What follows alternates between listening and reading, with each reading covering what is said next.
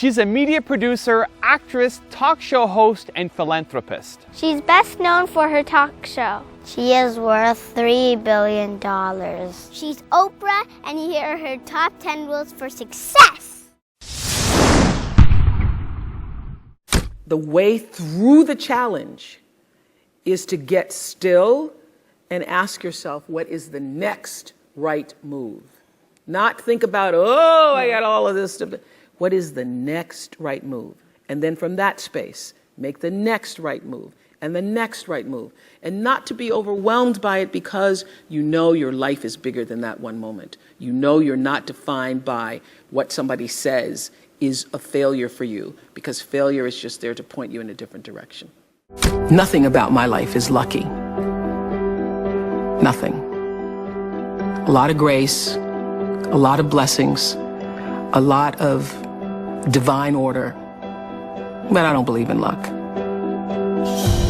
For me, luck is preparation meeting the moment of opportunity. There is no luck without you being prepared to handle that moment of opportunity. And so what I would say for myself is that because of my hand in a hand and a force greater than my own, I have been prepared in ways that I didn't even know I was being prepared for. And the truth is, for me and for every person, every single thing that has ever happened in your life is preparing you for the moment that is to come. You don't have to hold yourself hostage to who you used to be or anything you ever used to do. Because who has lived and hasn't made mistakes? When I think about my 20s and what a foolish girl I was and how I would give over my power to men who really didn't mean me well, but now I hold no grudges against them either, because I realized I'm the one who gave over the power because I didn't know any better. And now that I know better, I know I don't have to do that again. It's one of the most powerful lessons any of us can ever know. I say to my girls all of the time that your real work is to figure out where your power base is and to work on the alignment of your personality, your gifts that you have to give, with the real reason why you're here. That's the number one thing you have to do, is to work on yourself and to fill yourself up and keep your cup full. Keep yourself full. Now, I used to be afraid of that. I used to be afraid, particularly from people who say, oh, she's so full of herself. She's so full of herself. And now I embrace it. I consider it a compliment that I am full of myself. Because you only when you're full, I'm overflowing, my cup runneth over. I have so much to offer and so much to give. And I am not afraid of honoring myself. You know, it's miraculous when you think about it. And I would say to my team, well, it doesn't matter, because every season somebody else was coming out. One talk show, two talk shows, three talk shows. There have been over 100 talk shows since we started. But every time I would feel like, all right, got to step up our game. Got to step up our game. The way you step up your game is not to worry about the other guy in any situation, because you can't control the other guy. You cannot control the other guy. You only have control over yourself. So it's like running a race. The energy that it takes to look back and see where the other guys are takes energy away from you. And if they're too close, it scares you. So that's what I would say to my team all the time. Don't waste your time in the race looking back to see where the other guy is or what the other guy is doing. It's not about the other guy. It's about what can you do. You just need to run that race as hard as you can. You need to give it everything you've got all the time for yourself. My grandmother was a maid. That's all she ever knew. The only real expectation she held for me was that I would one day become a maid and, in her words, have some good white folks, meaning people who would not speak negatively about me, who would allow me to take food home, who would be good to me, would treat me with some level of dignity and respect. That was my grandmother's dream for me. But I had another dream for myself, another, more than a dream. I had a belief for myself.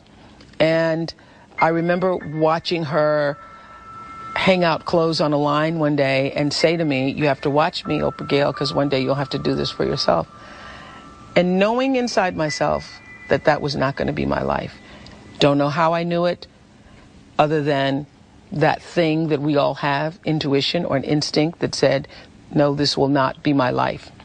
But because I sensed that and was connected to that, and I remember it was a very still moment. It was quiet, and I was still, and I was watching her. I could see her right now with the clothespins in her mouth and putting them on the line and seeing the breath, because it was cold, the moisture coming from her lips. And I knew that that would not be my life. I knew that I will not be hanging clothes on a line in a backyard in Mississippi. So I was either 4 or 5 years old. And that belief that that would not be my life is what I held on to for the longest of times. I just, no matter what, believed that there was something bigger, greater, more for me. I always understood that there really was no difference between me and the audience. At times I might have had better shoes, but at the core of what really matters, that we are the same. And you know how I know that? Because all of us are seeking the same thing. You're here at this fabulous school, and we'll go out into the world and each pursue based upon what you believe your talents are, what your skills are, maybe your gifts are, but you're seeking the same thing. Everybody wants to fulfill the highest, truest expression of yourself as a human being. That's what you're looking for.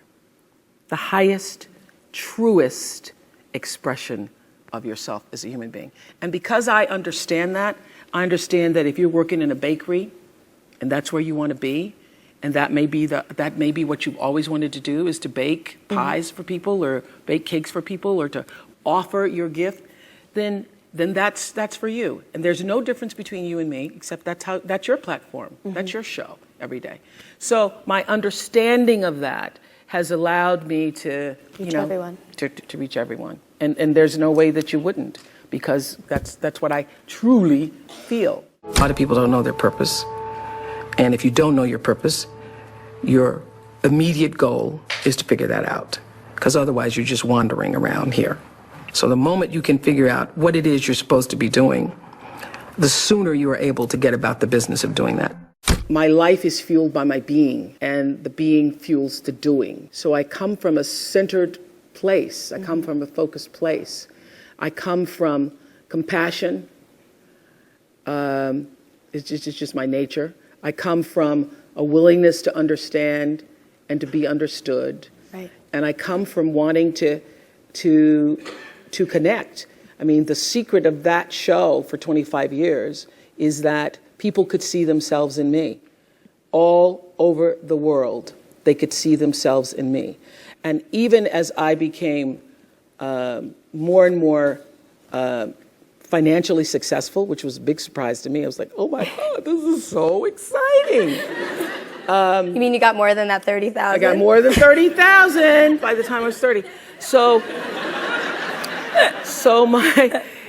But what I realized is, through the whole process, because I'm grounded in my own self, that although I could have more shoes, my feet stayed on the ground, although I was wearing better shoes. These are kind of cute today, too. So I could keep my feet on the ground, even though I could get more shoes. And I could understand that it really was because I was grounded. I've done was doing and continue to this day to do the consciousness work.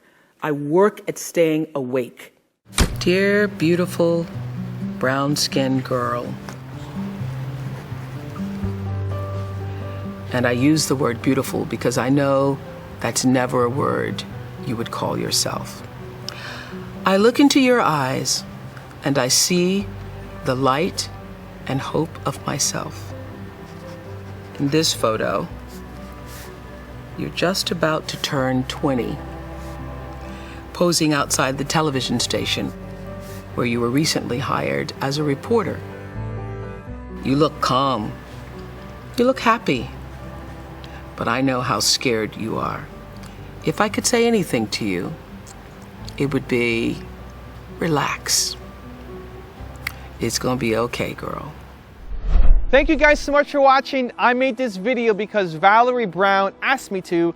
So if there's a famous entrepreneur that you want me to profile next, leave it in the comments below. I'll see what I can do. I'd also love to know which of Oprah's top 10 rules you connected with the most. Leave it in the comments and we're gonna join in the discussion. Thank you so much for watching. Continue to believe, and I'll see you soon.